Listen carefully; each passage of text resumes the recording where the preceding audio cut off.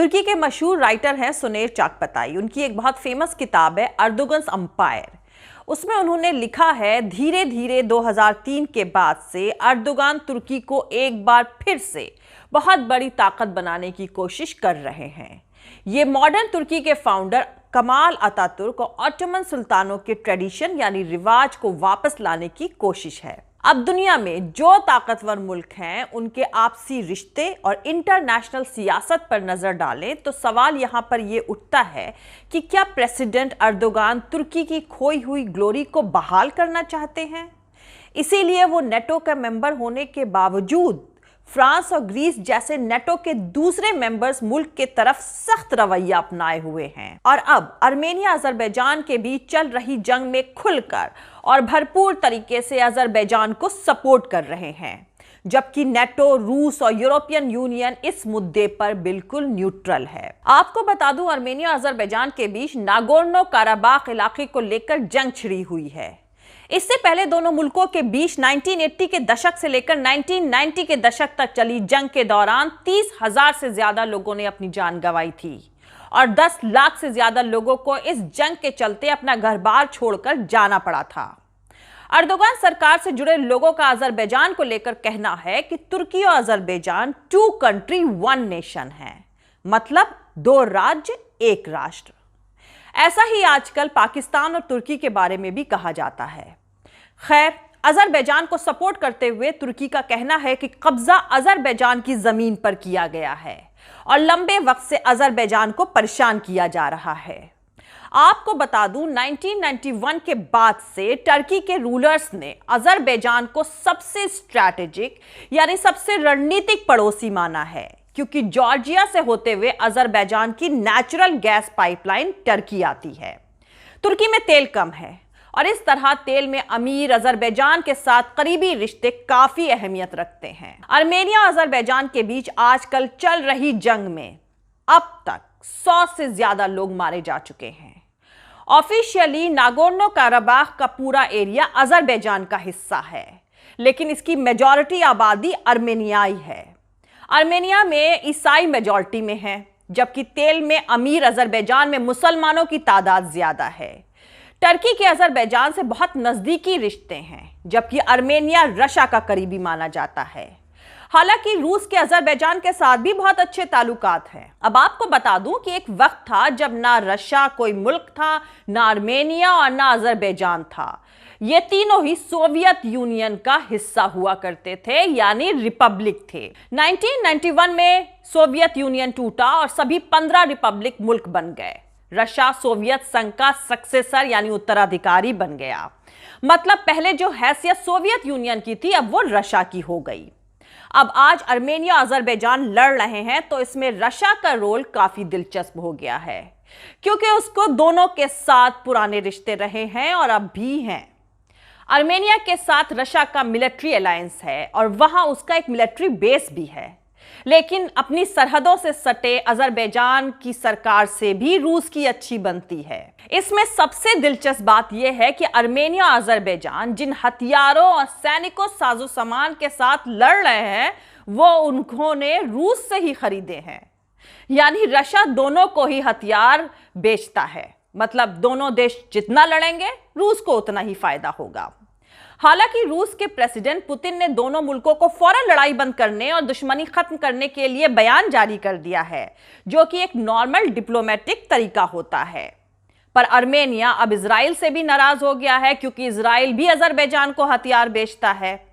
उसने इजराइल से अपने एम्बेसडर को वापस बुला लिया है। दूसरी तरफ आर्मेनिया और अजरबैजान दोनों को हथियार बेच रहे रशिया के प्रेसिडेंट पुतिन की भी परेशानी बढ़ गई है।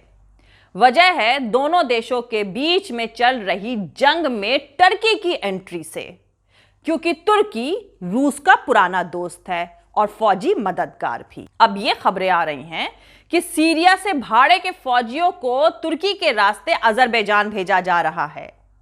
हालांकि टर्की और अजरबैजान दोनों ने इस बात से इनकार किया है, मगर सीरियाई सिविल वॉर पर नजर रखने वाले British organisation the Syrian observatory for human rights ने बताया है कि सीरिया से टर्की की सिक्योरिटी कंपनियों ने तकरीबन 900 भाड़े के सैनिकों को अजरबैजान पहुंचा भी दिया है। आर्मेनिया अजरबैजान के बीच जारी जंग पर टर्की और रशिया के अलावा बाकी देशों की भी नजर है। ईरान, जॉर्जिया और कतर ने भी मीडिएट यानी मध्यस्थता करने की पेशकश की है। तो सिक्योरिटी काउंसिल ने भी बैठक करके कहा है कि इसमें सबसे बड़ा रोल मिन्स्क ग्रुप को निभाना चाहिए, जिसको फ्रांस, रशिया और अमेरिका हेड करते हैं, मतलब अध्यक्षता करते हैं।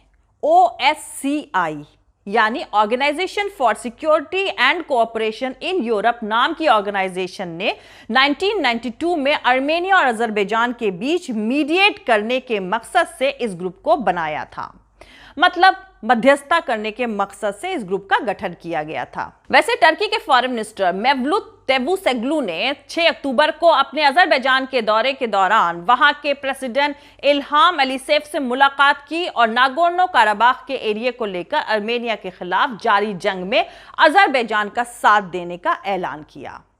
आर्मेनिया के हिसाब से टर्की अजरबैजान को सिर्फ डिप्लोमेटिक सपोर्ट ही नहीं दे रहा है, बल्कि मिलिट्री और लॉजिस्टिकल सपोर्ट भी दे रहा है। आर्मेनिया के प्रधानमंत्री निकोल पशिनियान ने दावा किया है कि तुर्की के सैनिक अफसर और इंस्ट्रक्टर काराबाख में अजरबैजान की सेना को सलाह दे रहे हैं और टर्की ने अपने लड़ाकू विमान F-16 भी भेजे हैं। लेकिन टर्की ने इन सारे दावों से इनकार करते हुए कहा है कि वो अजरबैजान का सिर्फ मॉरल सपोर्ट ही कर रहा है। आर्मेनिया और अजरबैजान के बीच जारी इस जंग की बुनियाद कब, क्यों और कैसे पड़ी बताऊंगी, लेकिन इससे पहले जो लोग मेरे इस चैनल पर नए हैं वो हमारा YouTube channel political Tamasha with doctor Arshi को सब्सक्राइब करके वहां पे लगी बेल आइकॉन को जरूर दबा दे, ताकि आपको हमारे आने वाले हर वीडियो की अपडेट्स मिलती रहे। और दोस्तों, अगर आपको हमारा काम पसंद आता है, हमारे वीडियोस पसंद आते हैं, तो www.patreon.com/dr अर्शी खान पर जाकर डोनेट करके आप हमारे काम को सपोर्ट कर सकते हैं। तो चलिए शुरू करते हैं। सोवियत यूनियन का हिस्सा रह चुके आर्मेनिया और अजरबैजान नागोर्नो काराबाख के इलाके को लेकर 1980 के दशक में और 1990 के दशक के शुरुआती दौर में जंग कर चुके हैं। दोनों ने सीज फायर यानी युद्ध विराम का ऐलान भी किया था, लेकिन सही मायनों में अमन समझौते पर दोनों कभी सहमत नहीं हो पाए। साउथ ईस्ट यूरोप में पड़ने वाली कॉकेशस के इलाके की पहाड़ियां स्ट्रैटेजिक तौर पर बेहद अहम मानी जाती हैं। सदियों से इलाके के मुसलमान और ईसाई ताकतें इन पर अपना कब्जा बनाकर रखना चाहती हैं। 1920 के दशक में जब सोवियत यूनियन बना था, तो अभी के ये दोनों देश यानी आर्मेनिया और अजरबैजान उसका हिस्सा बन गए थे। ये सोवियत रिपब्लिक कहलाते थे। नागोर्नो काराबाख की ज्यादातर आबादी आर्मेनियाई है, लेकिन सोवियत ऑफिसर्स ने उसे अजरबैजान के हाथों में सौंप दिया। इसके बाद दशकों तक नागोर्नो काराबाख के लोगों ने कई बार इस इलाके को आर्मेनिया को सौंपने की अपील की थी, लेकिन असल मसला 1980 के दशक में शुरू हुआ, जब सोवियत यूनियन का डिसइंटीग्रेशन यानी टूटने की शुरुआत हुई और नागोर्नो काराबाख की पार्लियामेंट ने ऑफिशियली तौर पर खुद को आर्मेनिया का हिस्सा बनाने के लिए वोट किया। इसके बाद यहां शुरू हुए अलगाववादी यानी सेपरेटिस्ट आंदोलन को अजरबैजान ने खत्म करने की कोशिश की। हालांकि इस आंदोलन को लगातार आर्मेनिया का सपोर्ट मिलता रहा। नतीजा यह हुआ कि यहां एथनिक कॉन्फ्लिक्ट यानी जातीय संघर्ष होने लगे और सोवियत संघ से पूरी तरह आजाद होने के बाद यहां जंग शुरू हो गई, जिसकी वजह से लाखों लोगों को अपना घर छोड़कर पलायन करना पड़ा। साल 1994 में रूस ने बीच बचाव करके सीज फायर करवाया, लेकिन जंग के खात्मे के ऐलान से पहले ही नागोर्नो काराबाख पर आर्मेनियाई फौज का कब्जा हो चुका था। इस डील के बाद नागोर्नो काराबाख अजरबैजान का हिस्सा तो रहा, लेकिन इस इलाके पर अलगाववादियों की हुकूमत रही, जिन्होंने इससे रिपब्लिक डिक्लेयर कर दिया। यहां आर्मेनिया को सपोर्ट करने वाली सरकारें चलने लगी, जिसमें आर्मेनियाई जाति से जुड़े लोग थे। इस डील के तहत Nagorno Karabakh line of contact भी बना, जो आर्मेनिया और अजरबैजान के सैनिकों को अलग करता है। इस इलाके में अमन चैन बनाए रखने के लिए 1992 में फ्रांस, रशिया और अमेरिका की अध्यक्षता में बनी organisation for security and cooperation in Europe Minsk group की तरफ से बातचीत जारी है, लेकिन अब तक किसी समझौते तक पहुंचा नहीं जा सका है। बीते 3 दशक से यहां रह रहकर तनाव गहरा जाता है और झड़पें भी होती हैं।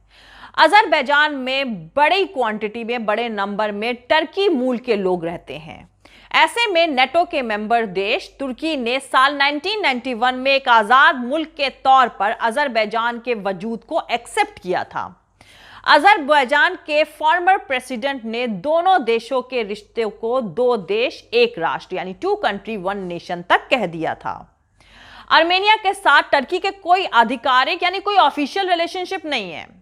1993 में जब आर्मेनिया और अजरबैजान के बीच सरहद पर विवाद बढ़ा तो अजरबैजान का सपोर्ट करते हुए टर्की ने आर्मेनिया के साथ सटा अपना बॉर्डर बंद कर दिया। ताजा मसला बढ़ा तो टर्की एक बार फिर अपने दोस्त मुल्क अजरबैजान के सपोर्ट में खड़ा हो गया है। दूसरी तरफ फ्रांस, रशिया और अमेरिका ने एक साथ मिलकर बयान जारी किया है कि दोनों देश यानी आर्मेनिया और अजरबैजान फौरन जंग बंद करें और दोस्ताना तरीके से अपने मसले को सुलझाएं।